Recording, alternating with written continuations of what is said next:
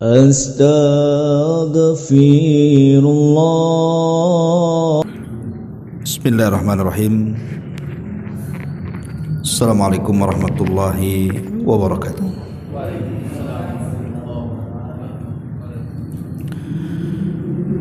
Alhamdulillah wassalatu wassalamu ala Rasulillah wa ala alihi wa sahbihi wa mawalah wa la hawla wa la quwwata illa billahi wa ba'd. Alhamdulillah, segala puja dan puji hanya milik Allah subhanahu wa ta'ala. Salawat dan juga salam kita hadiahkan kepada Rasul kita Nabi besar Muhammad sallallahu alaihi wa ala alihi wasallam.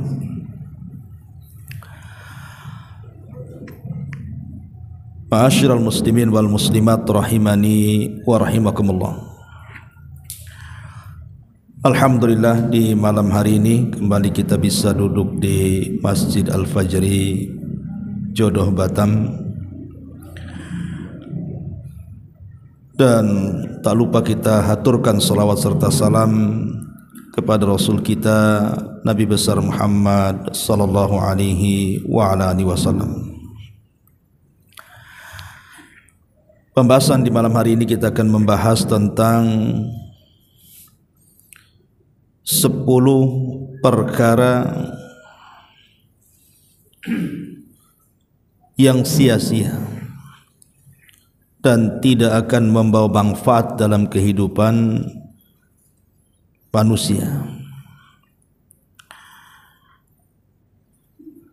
Di mana perkara-perkara ini saya kutip dari perkataan Al-Imam Ibnul Qayyim rahimahullahu ta'ala dalam kitabnya Ad-Da'u wad-Dawa, di mana beliau rahimahullahu ta'ala Al-Imam Ibnul Qayyim mengatakan asyratu asya dha'i'atun la yuntafa'u biha. Kata beliau, ada 10 perkara yang membuat amal-amal kita sia-sia dan tidak ada manfaatnya sama sekali. Apa saja 10 perkara ini? Ma'asyiral muslimin wal muslimat rahimani wa rahimakumullah. Tentu harapan seorang muslim saat beramal saleh, menghendaki dengan amal soleh itu mendapatkan pahala dan juga balasan dari Allah subhanahu wa ta'ala. Karena terkadang orang yang melakukan sebuah amal itu mereka menghabiskan waktunya, menghabiskan tenaganya, menghabiskan jerih payahnya, bahkan sampai kepada harta dan biaya-biaya dalam pelaksanaan ibadahnya. Tentunya kalau seandainya semua jerih payah kita ini tidak bernilai apa-apa di hadapan Allah alias sia-sia, maka ini sangat merugi dalam kehidupan kita. Makanya perhatikan 10 perkara yang disebutkan Al-Imam Ibnul Qayyim rahimahullahu ta'ala di sini. Yang pertama kata beliau, ilmun la yu'malu bihi, ilmu yang tidak diamalkan. Kemudian yang kedua, wa amalun la ikhlasa fihi wa la iktida, amalan yang tidak ikhlas dan tidak ada keteladanan. Yang ketiga, wa malun la yunfaq minhu fala yastamti' bihi jami'atun fid dunya wa la yuqaddimuhu amamahu ilal akhirah. Harta yang tidak diinfakkan, tidak memberi kebahagiaan di dunia dan tidak mempersembahkannya juga untuk kebaikan akhiratnya. Kemudian yang keempat, wa qalbun farighun min mahabbatillahi azza wa jal wasyauqu ilaihi wal unsu bihi. Hati yang kosong dari kecintaan kepada Allah Subhanahu wa taala, kerinduan kepada Allah Subhanahu wa taala, dan berusaha dekat dengan Allah Subhanahu wa taala. Kemudian yang kelima, wa badanun mu'attalun min ta'atihi wa khidmatihi. Badan yang menganggur, tidak digunakan untuk ketaatan kepada Allah Subhanahu wa taala. Kemudian yang keenam, wa mahabbatun la tataqayyad biridha'il mahbub wa imtithalu awamiri. Cinta yang tidak terikat dengan ridha kekasihnya dan tidak pula menunaikan perintah-perintahnya. Kemudian yang nomor 7, wa waqtun mu'attalun an istidrakin faritin au ightinami birrin wa qurbatin. Atau yang nomor 7, waktu yang tidak digunakan meraih kesempatan berbuat baik dan berusaha mendekatkan diri kepada Allah Subhanahu wa taala. Kemudian yang nomor 8, wa fikrun yajulu fi ma la yanfa'. Pikiran-pikiran yang berkelana pada hal-hal yang sama sekali tidak bermanfaat bagi hidupnya. Kemudian yang nomor 9, wa khidmatun mala taqrubuka khidmatuhu ilallah wa la ta'udu 'alaika bi salahi dunyah. Melayani orang yang pelayanannya itu tidak mendekatkan dirimu kepada Allah dan tidak berdampak pada kebaikan duniamu. Dan yang terakhir, wa khaufuka wa raja'uka liman nasiyatuhu biyadillah wa huwa aisar fi qabdatihi wa la yamliku li nafsihi hadaran wala naf'an wala mautan wala hayatan wala nusura. Takutmu, harapanmu kepada orang yang ubun-ubunnya berada dalam genggaman Allah. Ia tidak mampu memberikan manfaat ataupun madarat pada dirinya, tidak mampu menyelamatkan diri dari kematian dalam kehidupan dan juga kebangkitannya. Kemudian beliau menutup kata-katanya, wa a'dhamu hadhil idha'atan. Kesia-siaan terbesar pada dua hal. Huma aslu kulli idha'ah. Keduanya pangkal segala kesia-siaan. Idha'atul qalbi wa idha'atul waqti. Menyia-nyiakan hatinya dan menyia-nyiakan waktunya. Kemudian kata beliau, fa idha'atul qalbi min itharid dunya alal akhirah wa idha'atul waqti min tulil amali. Di mana kalbu yang sia-sia karena mengutarakan kehidupan dunia atau mengutamakan kehidupan dunia dibandingkan kehidupan akhirat. Adapun menyanyiakan waktu karena terbuang-buang dengan panjangnya angan-angan. Fajtama al-fasad kulluhu fi ittiba'i hawan wa tulil amali. Seluruh kerusakan berporos pada sikap mengikuti hawa nafsu dan panjang angan-angan. Wasalahu kulluhu fi ittiba'il huda wal isti'dad li liqa'illahi azza wa jalla. Adapun seluruh kebaikan berpangkal pada mengikuti petunjuk Nabi sallallahu alaihi wasallam dan mempersiapkan diri menghadap Allah setelah kematian. Inilah ucapan beliau rahimahullahu ta'ala, Imam Ibnul Qayyim. Baik, kita jabarkan satu persatu. Kata beliau di sini bahwa di antara 10 perkara yang akan membuat sia-sia amal kita ini, yang pertama adalah ilmun la yu'mal bihi. Ilmu yang tidak pernah diamalkan. Ma'asyiral muslimin yang dimuliakan Allah Subhanahu wa taala. Nabi SAW mengajarkan sebuah doa yang sering kita dengar. Apa doanya? Allahumma inni a'udzubika min qalbin la yakhsha wa nida'in la yasma wa min nafsin la tashba wa min ilmin la yanfa. Ya Allah, aku berlindung kepadamu dari hati yang tidak pernah bisa khusyuk, dari panggilan yang tidak pernah didengar, dan dari jiwa yang tidak pernah puas, dan dari ilmu yang tidak membawa kemanfaatan. Maksud ilmu yang tidak membawa kemanfaatan di sini artinya karena pengetahuannya hanya sekedar pengetahuan, tapi tidak ada pengamalan sama sekali. Makanya ilmu tanpa amal itu seperti pohon tanpa buah. Buat apa kemudian orang banyak mengetahui perkara-perkara akhirat tetapi tidak ada satu pun yang diamalkannya? Maka itu sama dengan keledai yang membawa kitab-kitab di punggungnya. Dia tidak paham isinya. Dia tidak paham bahwa ilmu yang dipelajari itu harusnya diamalkan, gitu maksudnya. Dan itulah ciri khas orang-orang Yahudi. Allah Subhanahu wa taala berikan kecerdasan, tapi mereka tidak pandai mengamalkan. Makanya Nabi SAW berusaha keras mengajarkan umatnya agar kita jangan sampai memiliki pengetahuan dan tidak bermanfaat untuk kehidupan. Karena percuma akhirnya kan, orang belajar ini kadang-kadang juga melelahkan, ikhwan.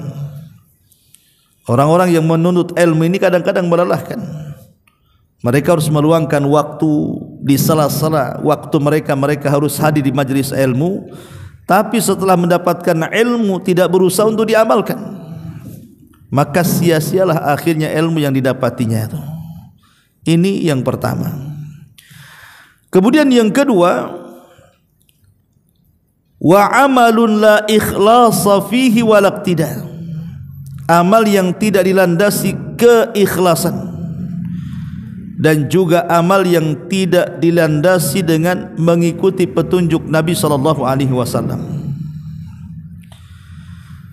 Lihat sebuah hadis ketika Nabi sallallahu alaihi wasallam bercerita tentang manusia yang pertama kali disentuh api neraka. Mereka orang-orang yang pertama kali disentuh api neraka itu bukan para penjahat, bukan para pembunuh, bukan orang-orang zalim, tidak. Mereka adalah orang-orang spesial yang zahirnya melakukan amal-amal besar, tapi amal-amal itu justru memasukkan mereka ke dalam neraka. Kenapa? Karena tidak ada keikhlasan di dalamnya. Kata Nabi SAW, inna awwalan nas yuqda yaumal qiyamati alaihi rajulun ustushhida. Sesungguhnya manusia pertama kali dihisab, dihadapkan di pengadilan Allah pada hari kiamat adalah seorang laki-laki yang mati syahid. Orang mati syahid ini enggak sembarang, ikhwan. Karena peperangan itu kan sesuatu yang manusia membenci untuk melakukannya. Allah mengatakan kutiba alaikumul qital wa huwa kurhul lakum, diwajibkan atas kalian berperang, padahal itu sesuatu yang kita benci. Karena tidak semua orang ingin mati masalahnya, dan tidak semua orang punya keberanian untuk mati. Dan itu kita bisa saksikan. Jangan lagi orang yang biasa perang, ya, kita yang tidak biasa perang mendengar mercon saja sudah ketakutan dong. Apalagi betul-betul kemudian dihadapkan dengan peperangan yang sesungguhnya, apalagi seperti di zaman dulu berhadap-hadapan pedang dengan pedang kan, nampak keberaniannya. Jadi ada orang yang mati ustushhida, dia mati syahid. Fa utiya bihi fa arrafahu ni'amahu fa arrafaha. Maka dia dihadapkan di hadapan Allah, kemudian digambarkan di hadapan dia tentang amalan dia di dunia, dan dia menyaksikannya. Kemudian Allah Subhanahu wa taala berfirman, "Fama amilta fiha ya fulan?" Apa yang kau lakukan di situ wahai fulan? Qala, dia mengatakan, "Qataltu fika hatta ustushhidtu ya Rabb." Aku berperang karenamu sampai aku mati syahid karenamu juga. Maka Allah Subhanahu wa taala mengatakan, kadzabta ya fulan, engkau dusta wahai fulan, walakinnaka qatalta li an yuqala jari faqad qil.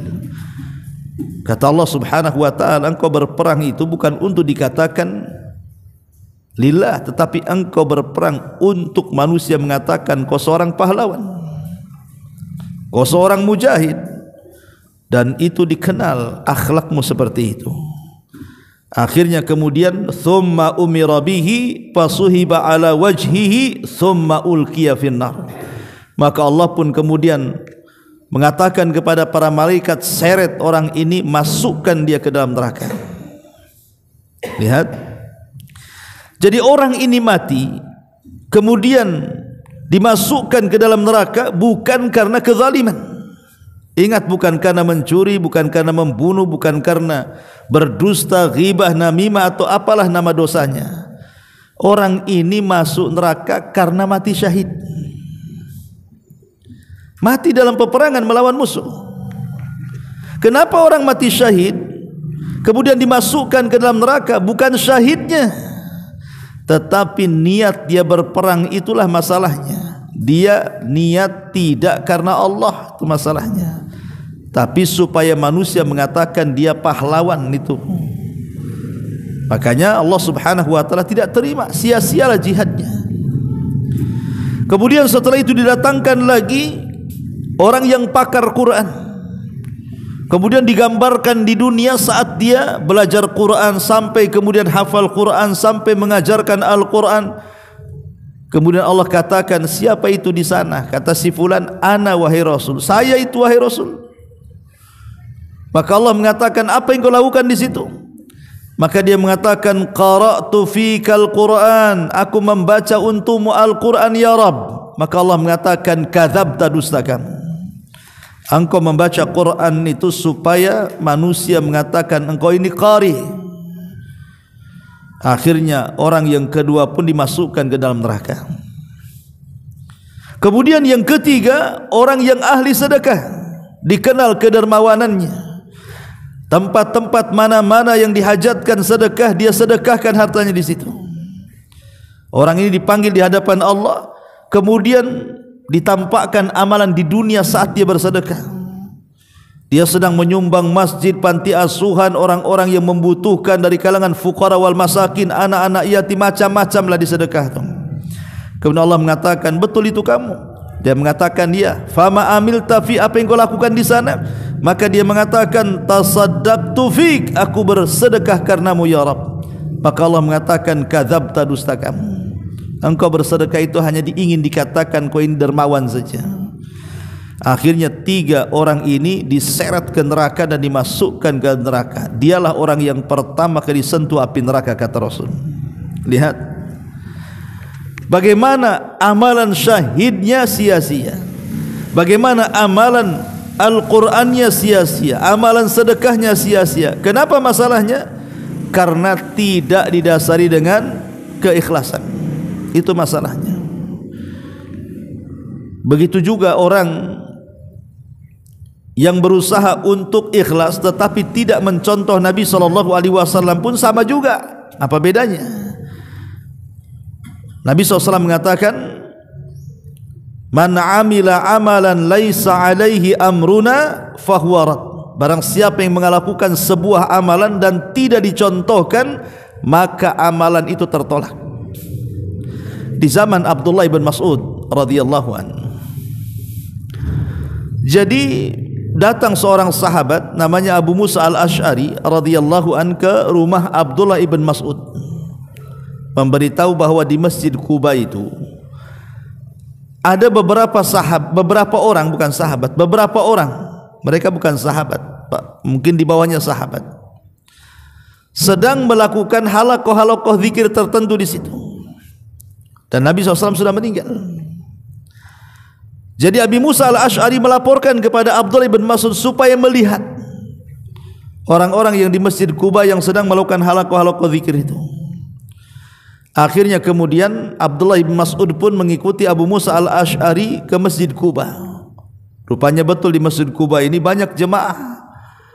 Ada yang halaqah di sini, halaqah di sana, halaqah di sini, kemudian zikir sekian kali, zikir sekian kali.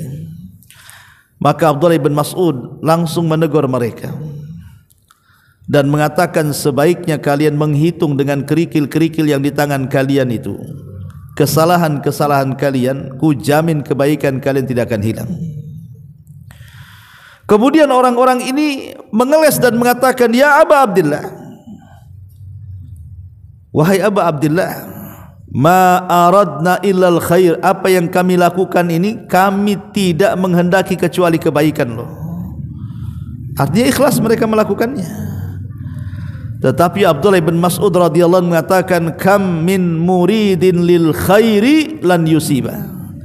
Berapa banyak orang yang menghendaki kebaikan rupanya tidak diganjar oleh Allah. Artinya mengharap kebaikan saja tidak cukup kalau amalannya tidak sesuai dengan sunnah Nabi SAW. Makanya di ujung hadis, di ujung riwayat ini Abdullah bin Mas'ud mengatakan, bagaimana kalian ini, Rasul saja baru meninggal, lihat pakaiannya belum usang, bejananya belum ada yang pecah. Apakah kalian lebih berpetunjuk dibandingkan petunjuk Nabi, ataukah kalian sedang membuka pintu kesesatan, katanya. Dari kisah ini menunjukkan bahwa ikhlas saja tidak cukup, tetapi harus ada ittiba, pencontohan kepada Nabi SAW. Makanya ulama sepakat ketika bicara tentang syarat qabulul amal, amal itu, syarat qabulul amal itu, amal diterima tidaknya itu karena dua perkara. Pertama harus ada keikhlasan, yang kedua harus ada ittiba, pencontohan kepada Nabi SAW, baru amalan itu diterima Allah Subhanahu wa ta'ala. Kalau tidak, tertolak, sia-sia akhirnya amalannya. Ini yang kedua. Kemudian yang ketiga, wa malun la yunfiqu minhu, harta yang tidak, atau la yunfaqu minhu, tidak diinfakkan. Fala yastamti' bihi jami'atun, fala yastamti' bihi jami'atun fid dunya wa la yuqaddimuhu amamahu ilal akhirah. Harta yang tidak pernah diinfakkan, di mana tidak memberikan kebahagiaan pada pemilik harta di dunia, bahkan tidak juga bermanfaat untuk akhiratnya. Jadi ada orang-orang itu, ikhwan, hartanya banyak, tetapi hanya disimpan di ATM saja, terkadang miliaran, triliunan, ya hanya di ATM itu saja. Lalu buat apa coba?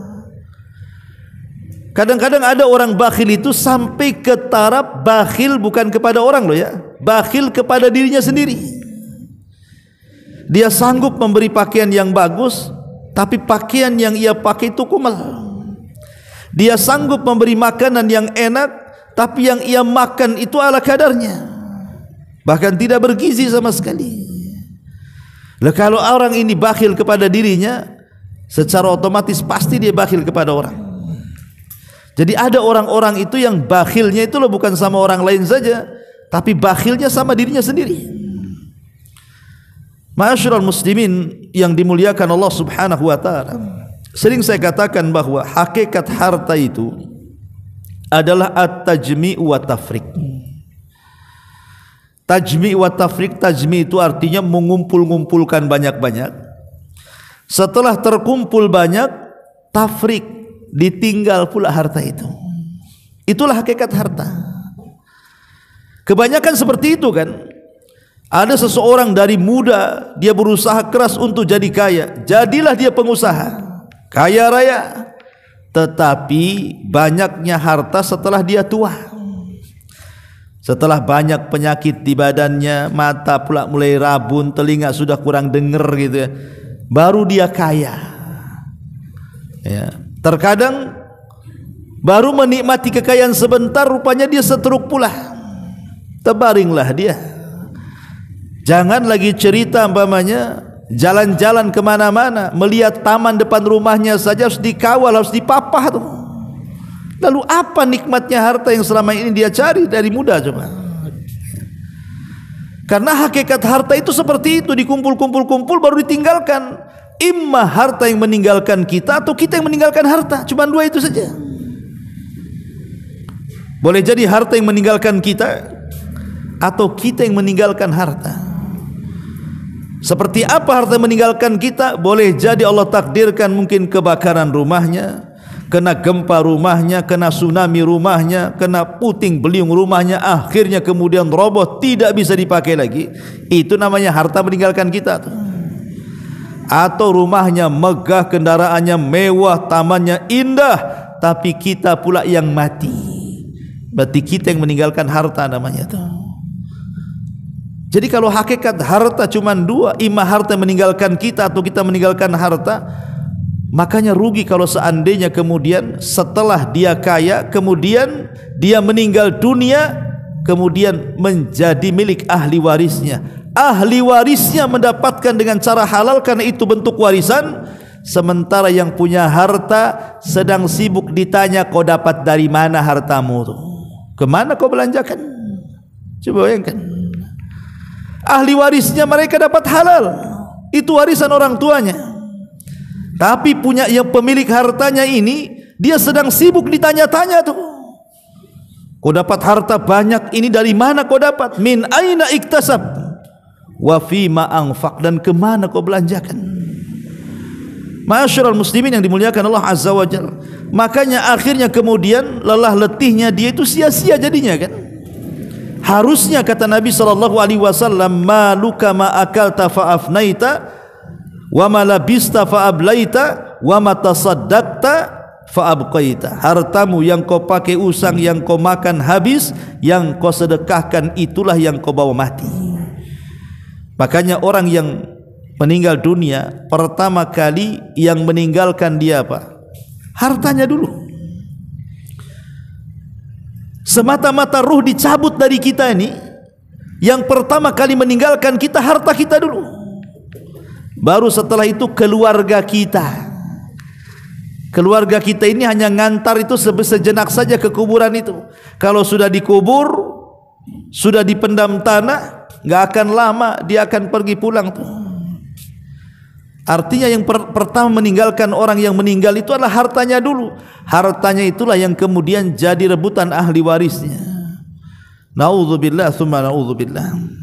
Ma'asyiral muslimin yang dimuliakan Allah Azza wa Jalla, ini yang kedua.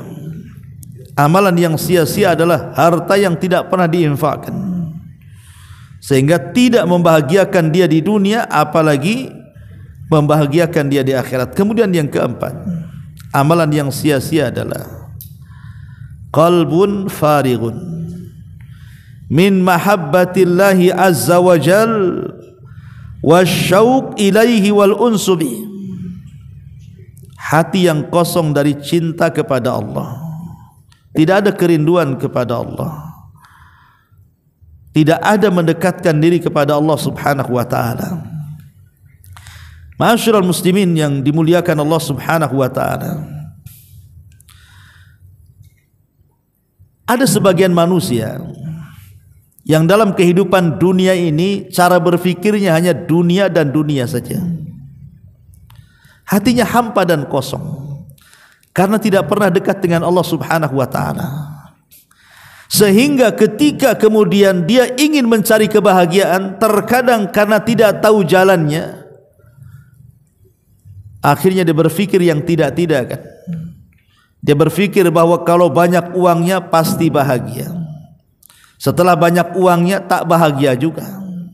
Banyak orang yang bunuh diri gara-gara kekayaannya. Akhirnya berfikir bahwa bahagia itu kalau bisa berjalan ke sana kemari, ke tempat-tempat indah dan rekreasi. Dia pun berjalan ke sana kemari, tidak juga kunjung mendapatkan kebahagiaan. Katanya kebahagiaan itu ada di pangkat jabatan kepemimpinan. Dia kejar tuh itu semuanya. Sudah dapat, tak ada pun kebahagiaan di situ.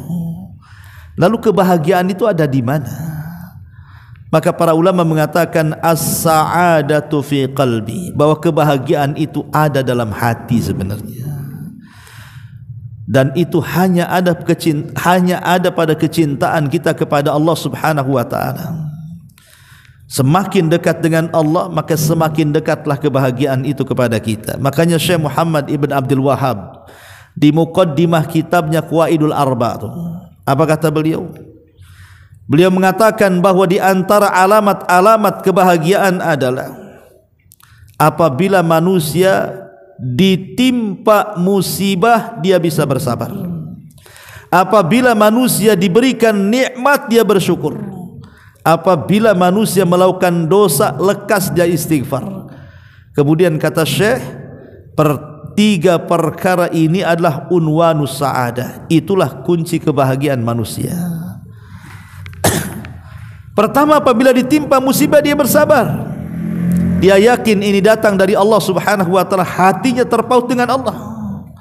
Enggak mungkin Allah itu memberikan musibah kecuali dengan sesuatu yang sanggup kita hadapi. Yang kedua, dan tidak mungkin juga Allah memberikan musibah kecuali kalau kita beriman itu tanda sayangnya Allah sedang menguji kita, sehingga dia bersabar. Ya. Kalau diberikan nikmat dia bersyukur. La in syakartum la azidannakum wa la in kafartum inna adzabi lasyadid. Dan kalau dia melakukan dosa cepat istighfar. Itulah hati yang dipenuhi dengan zikrullahi azza wajalla. Maka kalau seandainya hati ini kosong, ikhwatu fiddin, dari Allah Subhanahu wa taala atau kecintaan kita kepada Allah azza wajalla, sia-sialah amal kita. Lalu bagaimana caranya supaya hati ini dipenuhi dengan kecintaan kepada Allah Subhanahu wa taala? Kata Imam Ibnul Qayyim, pertama, perbanyak Al-Qur'an, perbanyak membaca Al-Qur'an. Yang kedua, perbanyak melakukan salat-salat sunnah. Kemudian yang ketiga, perbanyak lisannya mengucapkan zikrullah. Kemudian yang keempat, perbanyak tafakur dengan nama-nama dan sifat-sifat Allah Azza wa Jalla. Kemudian yang kelima, cobalah berkhalwat dengan Allah Subhanahu wa taala di sepertiga malam akhir, supaya kita merasakan lezatnya ibadah kepada Allah Azza wa Jalla. Dan juga jauhi kemaksiatan. Dan banyak lagi kata Imam Ibnul Qayyim rahimahullahu taala sebab hati kita ini dipenuhi dengan perasaan cinta kepada Allah Subhanahu wa taala. Yang jelas bahwa kecintaan kepada Allah itu bukan hanya sekedar terlontar di lisan. Sebab cinta itu kalau hanya terlontar di lisan tapi tidak ada dalam hati yang paling dalam, maka percuma kecintaan itu. Manusia yang paling cinta kepada Nabi SAW siapa? Abu Talib. Abu Talib itu orang yang paling cinta kepada Nabi, padahal dia kafir, tapi dia cinta dengan Nabi. Bukti cinta Abu Talib dengan Nabi SAW, setiap orang-orang pembesar Quraisy itu hendak menyakiti Rasul, maka dia orang yang paling pertama kali menghadapinya. Padahal tidak ada sangkut paut dengan keyakinannya kan. Dia bukan muslim, dia kafir. Tapi yang melandasi Abu Talib membela Rasul itu karena kecintaan sebatas keluarga. Karena Rasul itu anak daripada saudaranya Abdullah, keponakan, ya kan. Makanya Abu Talib sangat sayang dengan keponakannya, hanya sebatas keluarga. Sehingga perasaan cinta Abu Talib, apakah manfaat kecintaan Abu Talib kepada Nabi SAW? Tidak. Tetap Abu Talib masuk neraka. Kenapa? Karena pengungkapan cinta saja tidak cukup. Harus ada pengikutan di sini. Mengikut Nabi SAW masuk Islam, baru benar tuh kecintaannya tuh. Tapi ada orang-orang yang zahirnya masuk Islam, dia mengucapkan syahadat, kemudian juga dia berusaha mengikuti Nabi SAW, salat di belakang Nabi, sedekah di depan Nabi, berbuat baik di hadapan Nabi, dan begitu seterusnya. Tapi ketika tidak ada rasa cinta dalam hatinya, percuma juga. Seperti yang terjadi kepada tokoh munafik Madinah, Abdullah ibn Ubay ibn Salul.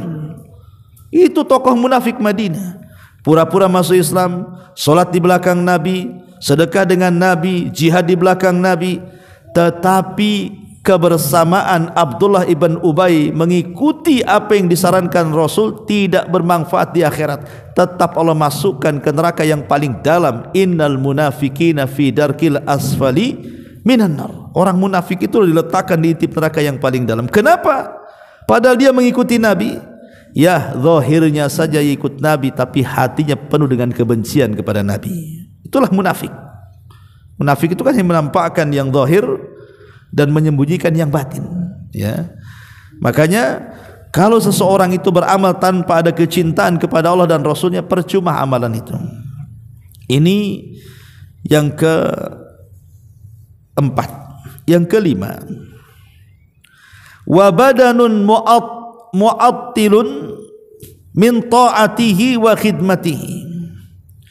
Anggota badan yang tidak dipakai untuk ketaatan dan penghambaan diri kepada Allah Subhanahu wa taala. Ma'asyiral muslimin yang dimuliakan Allah Subhanahu wa taala, ingat ikhwan bahwa semua anggota badan kita ini ada pertanggungjawaban tersendiri di hadapan Allah. Allah mengatakan, "Innas sam'a wal basara wal fuada kullu ulaika kana anhu mas'ula." Sesungguhnya pandangan kalian, pendengaran kalian, hati kalian semua akan dipertanggungjawabkan di hadapan Allah Subhanahu wa taala. Jangan kira badan kita tidak akan dipertanggungjawabkan. Karena ada orang yang membawa badannya itu ke tempat-tempat maksiat. Ada yang membawa pandangan, matanya memandang yang diharamkan, telinganya mendengar yang diharamkan, lisannya mengucapkan hal-hal yang diharamkan, cara berfikirnya juga berfikir hal-hal yang diharamkan, kakinya melangkah ke tempat yang diharamkan. Ini ada pertanggungjawaban tersendiri hadapan Allah Subhanahu wa taala. Oleh karena itulah maka jangan sampai badan kita ini yang merupakan amanah dari Allah Subhanahu wa taala kemudian kita tidak mampu menjalankan amanah. Jangan salah bahwa dari ujung kepala sampai kaki lo badan bukan milik kita, milik Allah. Makanya dilarang menyakiti badan kita, kan itu bukan milik kita, milik Allah tuh. Badan ini hanya amanah dari Allah saja. Maka amanah ini peganglah sebaik-baiknya dengan cara apa? Gunakan badan ini di jalan Allah Subhanahu wa taala. Makanya kenapa Rasul ketika bicara tentang salat duha, apa kata Rasul? Setiap pagi ini 360 persendian di badan kita itu harus mengeluarkan sedekahnya. Dengan cara apa? Dengan cara tasbih, tahlil, takbir, tasbih, mengajak manusia kepada kebaikan, mencegah manusia dari kemungkaran dan macam-macam. Tapi kata Nabi SAW, mencukupkan dengan itu cukup dengan 2 rakaat duha, kata Rasul. Itu sudah mewakili sedekah 360 persendian setiap pagi. Ya, artinya bahwa anggota badan ini kan harus dikeluarkan sedekahnya juga. Dan cukup dengan duha itu sudah mewakili sedekah yang lainnya.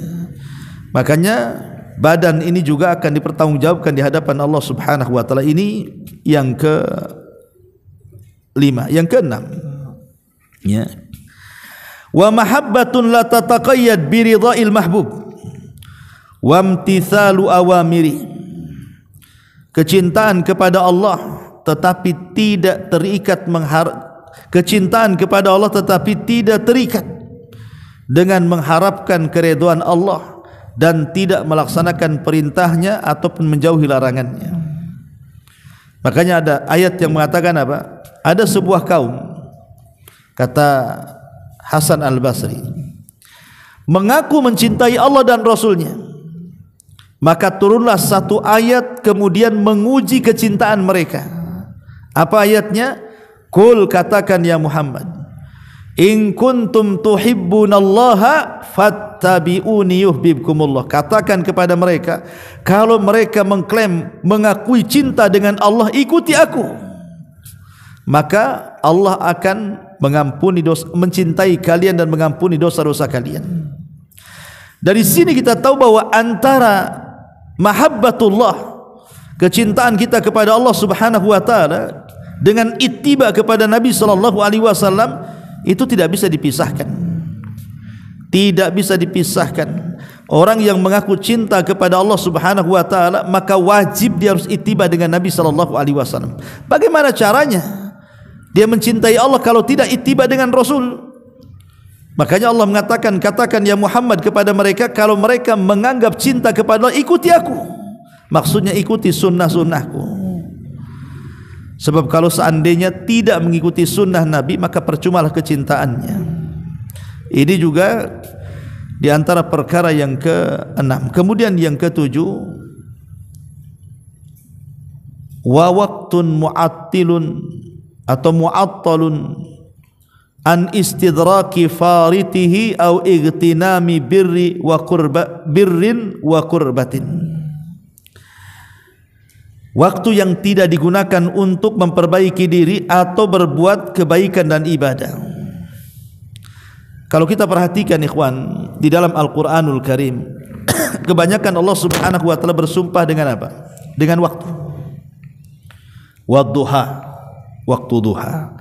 Wal fajri, waktu fajar. Wal asri, waktu asar. Wal laili, waktu malam. Wan nahari, waktu siang. Wasyamsi wal qamar, matahari dan bulan itu juga menunjukkan waktu. Jadi hampir dalam Quran itu Allah Subhanahu wa taala itu banyak bersumpah dengan waktu. Kenapa Allah Subhanahu wa taala bersumpah dengan waktu? Karena waktu itu akan terus berjalan dengan manusia. Kita ini loh sedang berjalan dengan waktu. Lah waktu itu kita tidak lepas daripada waktu. Dan waktu ini akan ditanyakan di hadapan Allah Subhanahu wa taala. Apa kata Nabi sallallahu alaihi wasallam? La tazulu qadama 'abdin hatta yus'al an arbah. Tidak mungkin bergeser kaki anak Adam meniti di titian siratal mustaqim sampai ditanya 4 perkara. Semua bicara waktu. Pertama, an umri, umur. Kemana kau habiskan? Umur, waktu. Yang kedua, wa an syababihi fi ma'afnah, masa muda waktu. Kemana kau lampiaskan? Kemudian yang ketiga, wa an ilmihi fi ma'amila fi, dengan ilmunya sudahkah diamalkan? Mencari ilmu butuh waktu, mengamalkannya pun butuh waktu.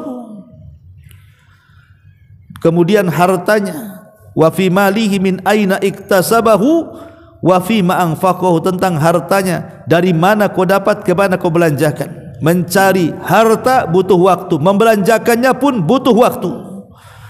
Jadi semua terikat dengan waktu. Lah waktu ini akan ditanya di hadapan Allah Subhanahu wa taala. Makanya kata para ulama, jauhi beberapa perkara, kalau tidak sia-sialah waktu kita. Pertama, ghaflatul qalbi an dzikrillah, jangan sampai lalai dari mengingat Allah. Ketika kita ini pulang dari sini pengajian, kan kita bisa bertasbih, bertakbir, bertahmid. Daripada kemudian kita diam saja di atas motor, di atas kendaraan, sampai di rumah enggak dapat apa-apa kan begitu. Tapi kalau sepanjang jalan ini kita ucapkan tasbih, takbir, tahmid, maka di jalan itulah kita dapat pahala. Yang kedua, al-inshtighalu bin nas, sibuk ngurus orang. Ada orang sibuk ngurus manusia kan, dengan membicarakan manusia, memfitnah manusia, menyebarkan hoax manusia. Terkadang kita loh tidak ada kepentingan di situ, kok bela-bela orang itu. Terutama kalau sudah dekat-dekat kampanye tuh, hari-hari itu aja yang dibicarakan itu. Lah kalau dia kalah emang apa ruginya, kalau dia menang apa untungnya? Kadang-kadang tidak ada untung, tidak ada rugi sebenarnya, tapi kita habiskan untuk membicarakan orang. Coba habis waktunya di situ kan. Ini yang jelas-jelas ya, kadang-kadang di dalamnya itu ghibah juga tuh, dosa lagi itu di situ. Sudah membuang-buang waktu, berbuat dosa lagi di situ, naudzubillah. Dan ghibahnya bukan ghibah biasa, ghibah nasional kadang-kadang. Ya. Yang dibicarakan tuh pejabat-pejabat gitu ya. Kemudian juga yang menghabiskan waktu itu qurana usu. Ya, kawan-kawan yang buruk, kawan-kawan yang jelek ini akhirnya habis waktu kita di situ. Itu maksiat. Kemudian juga yang menghabiskan waktu kasratun naum, banyak tidur. Nah, ini juga tidur tidak terasa kan, tahu-tahu tidur pagi bangun sore, habislah waktu itu. Apa manfaatnya coba? Ya.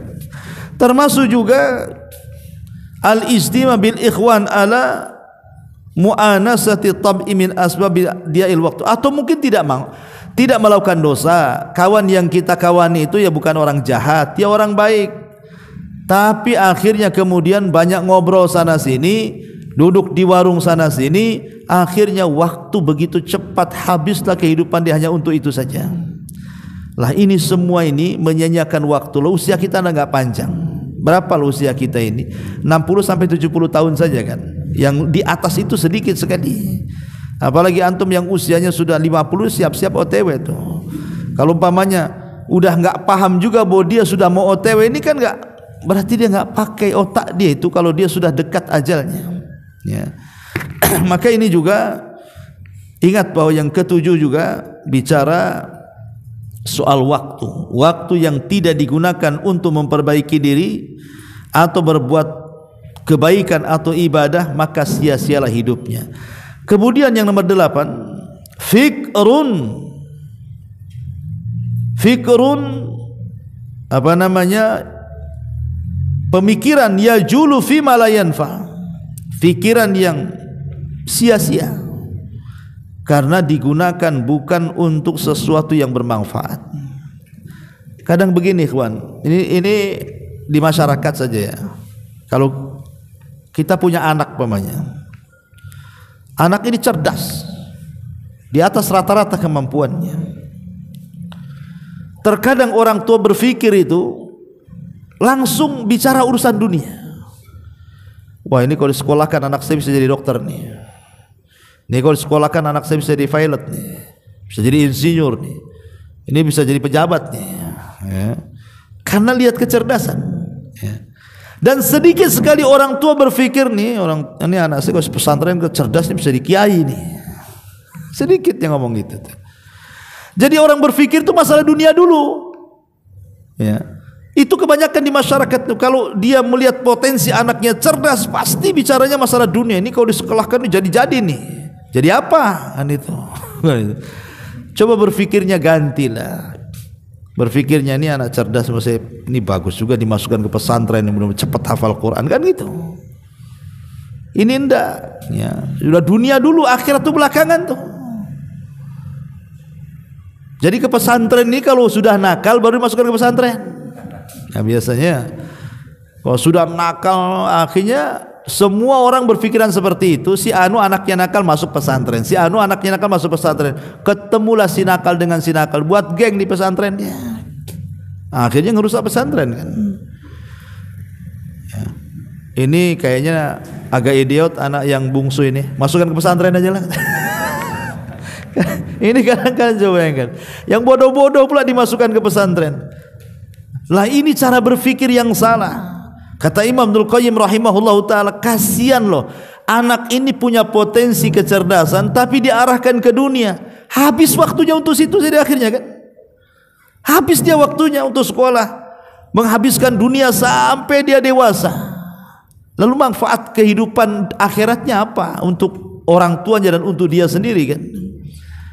Ya, makanya di sini harus paham bahwa di antara hal yang menyia-nyiakan amal itu adalah pikiran yang digunakan pada sesuatu tidak ada manfaatnya. Ma'asyiral muslimin wal muslimat rahimani wa rahimakumullah. Kemudian yang nomor 9 di sini, khidmatu man la yaqrabuka khidmatuhu ila Allah wa la ta'udu 'alaika bi salahi dunyah. Melayani seseorang tetapi pelayananmu terhadapnya tidak mendekatkan dirimu kepada Allah Subhanahu wa ta'ala. Begini maksudnya. Dalam dunia pekerjaan, kebanyakan orang bekerja itu kan melayani orang. Coba lihat orang-orang yang kerja di PT itu, berapa ribu kan, sedang melayani siapa? Sedang melayani yang pemilik perusahaan, ownernya. Buruh bahasa kitanya kan. Ya. Artinya bahwa Ada orang-orang itu yang selama hidup di dunia menjadi buruh, bekerja kepada orang, tetapi pekerjaannya itu sama sekali tidak bernilai ibadah dan tidak mendekatkan diri kepada Allah. Sudah susah dengan gaji yang kecil di dunia, di akhirat pula belum tentu dapat pahala. Maka dari sini seorang muslim haruslah menjadikan setiap pekerjaan apapun bernilai ibadah. Bagaimana caranya? Pertama, niatkan keluar rumah itu memang untuk beribadah. Innamal a'malu binniyat. Amal tentukan niatnya. Yang kedua, ketika bekerja, bekerjalah dengan cara yang baik. Jangan korupsi waktu. Kalau sudah ditentukan jam sekian masuk, jam sekian istirahat, jam sekian pulang, ikuti aturan. Itu namanya amanah dengan waktu. Kadang-kadang kita ini kerjaan, kadang-kadang korupsi waktu, giliran gajian kurang sedikit protesnya, naudzubillah. Ini kurang 100 ini. Lah kau 1 jam tidur nggak ada tuh yang dikomplain. Jadi kadang-kadang itu kita pandai menuntut tapi tidak bisa memberikan hak. Ya. Maka ini bukan benar ibadah. Ya. Kemudian yang ketiga, jangan tinggalkan kewajiban. Datang waktu zuhur sholat, datang asar sholat, datang maghrib sholat. Kadang orang saking sibuknya bekerja malah lupa zuhur, asar, maghrib, isya, subuh dengan berbagai macam alasan. Lalu untuk apa anda bekerja kalau begitu? Kalau meninggalkan sholat untuk apa kerjanya? Walaupun 1 gepok uang anda kalau enggak sholat itu percuma, enggak ada nilainya sama sekali. Ya. Kemudian juga ingat bahwa anda sedang mencari rezeki untuk keluarga, maka carilah yang halal. Jangan cari yang haram. Kalau di situ ada yang haram, pergi. Negeri Allah itu luas. Cari yang betul-betul halal. Makanya Nabi SAW satu hari ada seseorang yang lewat di hadapannya. Orangnya badannya sterek, rajin, semangat. Jadi sahabat yang di samping Rasul mengatakan, Rasul, kalau seandainya orang seperti ini digunakan untuk berperang, tentu akan lebih baik lagi. Tapi kalau digunakan hanya untuk bekerja saja, kayaknya sia-sia dia hidupnya. Karena melihat badannya, semangatnya, layaknya jadi prajurit lebih bagus gitu. Ngapain bekerja sia-sia aja? Kata Nabi SAW, jangan bicara seperti itu. Kemudian Rasul mengatakan, in kana kharaja yas'a ala waladihi sigharan fahuwa fi sabilillah. Jangan salah. Kalau orang itu keluar karena di rumahnya ada anak kecil, dia mencari pekerjaan itu untuk memberi makan anaknya, maka dia dianggap di jalan Allah. Atau wa in kana kharaja yas'a ala abawaini saykhaini kabiraini fahuwa fi sabilillah. Atau boleh jadi dia bekerja itu karena di rumahnya ada orang tua yang sudah sepuh. Dia yang harus mencari pekerjaan dan menghidupi kedua orang tuanya atau nenek kakeknya.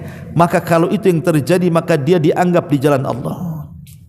Atau kata Rasul, wa in kana kharaja yas'a ala nafsihi ya ufuha fahuwa fi sabilillah. Atau boleh jadi dia bekerja itu karena dia tidak mau minta-minta, dia tidak mau jadi pengemis, makanya dia bekerja. Maka dengan bekerja itu dia sedang di jalan Allah. Artinya kalau kita pandai mengolah, ikhwatu fillah muliakan Allah azza wajal, pekerjaan yang asalnya mubah itu bisa bernilai ibadah sebenarnya. Kalau tidak ya sia-sia kerjanya, yang enggak dapat apa-apa jadinya kan. Maka pandai-pandailah mengolah pekerjaan yang tadinya mubah menjadi sebuah ibadah. Kemudian yang terakhir, kata Imam Ibnul Qayyim rahimahullahu ta'ala, beliau mengatakan, khaufuka wa raja'uka liman nasiyatuhu biyadillah wa huwa asbaru fi qabdatihi wa la yamliku li nafsihi hadaran wala naf'an wala mautan wala hayatan wala nusyura. Takut dan harap kepada sesama hamba, padahal dia di bawah kekuasaan dan kendali Allah Subhanahu wa taala. Maksudnya begini, dalam kehidupan dunia ini, ikhwan, terkadang ada orang-orang yang kurang tawakal dengan Allah Subhanahu wa taala sehingga hidupnya itu dibayang-bayangi dengan ketakutan kan. Takut besok makan apa, takut besok kerja apa, takut besok anaknya jadi apa, macam mana hidup saya setelah ini, macam mana keluarga saya setelah itu. Ada orang yang dibayang-bayangi dengan ketakutan. Baru muncul nama kita saja di PT, di list ada nama kita, orang-orang yang di PHK, itu setengah mati kita merenung tuh, nggak bisa tidur. Kenapa nama saya ada di situ katanya? Ya, udah kayak kiamat tuh.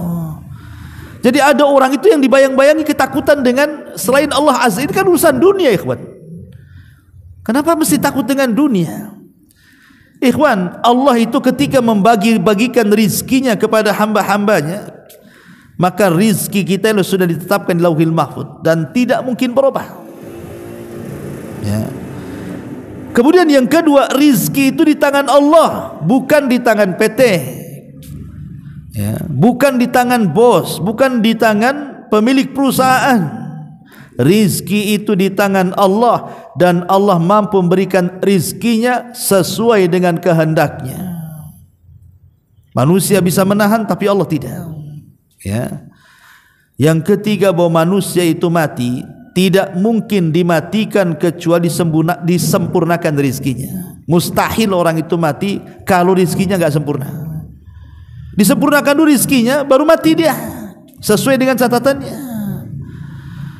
Kemudian juga yang keempat, Allah itu ketika membagi-bagi rizkinya, maka tidak mungkin salah alamat. Tidak mungkin malaikat yang hantar rizki ke kita tiba-tiba mampir di rumah tetangga. Mustahil. Ya, nggak mungkin malaikat itu salah sasaran. Ya, karena alamat kita palsu umpamanya kan. Malaikat itu tidak mungkin salah sasaran. Ya. Yang jelas bahwa ketika kita bicara soal rizki itu, kita harus yakin bahwa di tangan Allah lah rizki kita. Dan kita harus yakin bahwa Allah tidak mungkin memberikan rizkinya, ataupun tidak mungkin mampu dicegah ketika Allah memberikan rizkinya. Karena rizki Allah itu kan, ikhwan, sering saya katakan, ada yang sifatnya dicari, ada yang sifatnya datang sendiri. Itu masalahnya. Contoh umpamanya perdebatan Imam Syafi'i dengan Abu Hanifah. Kata Imam Syafi'i, ya Imam itu kan Imam Syafi'i dan Imam Malik. Abu Hanifah enggak ketemu. Jadi Imam Syafi'i dan Imam Malik kan guru sama murid tuh. Imam Malik gurunya, Imam Syafi'i muridnya. Kata Imam Syafi'i, ya Imam, rizki itu harus ada usaha, dicari. Kata Imam Malik, kata siapa? Rizki itu datang sendiri. Berdebatlah ini guru sama muridnya. Kesal Imam Syafi'i, akhirnya pergi dia. Di tengah jalan dia ketemu ada orang yang sedang membawa barang di punggung. Kata Imam Syafi'i, bisa saya bantu? Oh silahkan. Akhirnya dibantu. Setelah dibantu dapat upah dia. Kata Imam Syafi'i, itu kan apa kataku, kalau aku tidak berusaha tak dapatlah upah ini. Saya akan kasih tahu Imam Malik, katanya. Berangkat kepada Imam Malik dan mengatakan, ya Imam, baru saja saya mendapatkan upah nih. Ya. Itu karena jerih payah saya menolong orang. Ya. Tapi karena engkau guruku, upah ini saya bagi dua. Ambillah, katanya. Kata Imam Malik, sudah kukatakan bahwa rizki itu tak perlu kerja. Buktinya saya dapat nih. Apa emang saya kerja apa, katanya. Ya kan? Dari sini menunjukkan bahwa ada rizki yang dicari, ada rizki yang datang sendiri. Lihat waktu musim corona kemarin, coba. Kok gemuk-gemuk orang itu, tapi di Facebook ngeluh kerja. Ya kan? Lah dari situ menunjukkan bahwa tidak mungkin Allah membiarkan hambanya tanpa diberikan rizki. Karena Allah yang mengatakan, wa min dabatin fil ar illa 'alallahi rizquha. Tidak ada satupun binatang yang melata yang berjalan di permukaan bumi ini kecuali rizkinya sudah ada loh. Makanya ketika orang-orang jahiliyah mereka membunuh anak-anak mereka itu karena takut miskin sebagiannya, Allah turunkan ayat, nahnu narzukukum wa iyyahum, kami loh yang kasih rezeki kalian, anak-anak kalian. Kenapa kalian sibuk membunuh anak-anak kalian? Ya. Jadi dari sini ikhwatul fillah menyatakan Allah Azza wa Jalla yang ke-10 ini, kalau seandainya kemudian kita selalu takut dan takut kepada selain Allah Azza wa Jalla, maka hidup kita akan sia-sia. Kenapa Nabi sampai mengatakan Allahumma inni a'udzubika minal hammi wal hazan? Ya Allah, aku berlindung dari kamu dari kebingungan dan kesedihan. Karena bingung ini bicara soal masa depan, sedih ini bicara soal hari yang sudah berlalu. Terpikir dengan istri yang meninggal, kan itu sedih namanya. Terpikir motornya dicuri orang, sedih, berarti berlalu tuh waktunya. Tapi kalau bingung itu yang akan datang. Tapi dua-duanya Rasulullah SAW mengajarkan agar kita berlindung, karena dua perkara inilah yang akan menyia-nyiakan hidup kita. Kalau kita bingung terus, sedih terus, habislah waktu kita di situ. Makanya berlindunglah dari dua perkara ini. Inilah diantara 10 sebab yang disebutkan oleh Imam Ibnul Qayyim rahimahullahu ta'ala tentang amalan yang sia-sia. Subhanakallahumma bihamdika asyhadu an la ilaha illa anta astaghfiruka wa atubu ilaik. Allahu ta'ala alam. Assalamualaikum warahmatullahi wabarakatuh.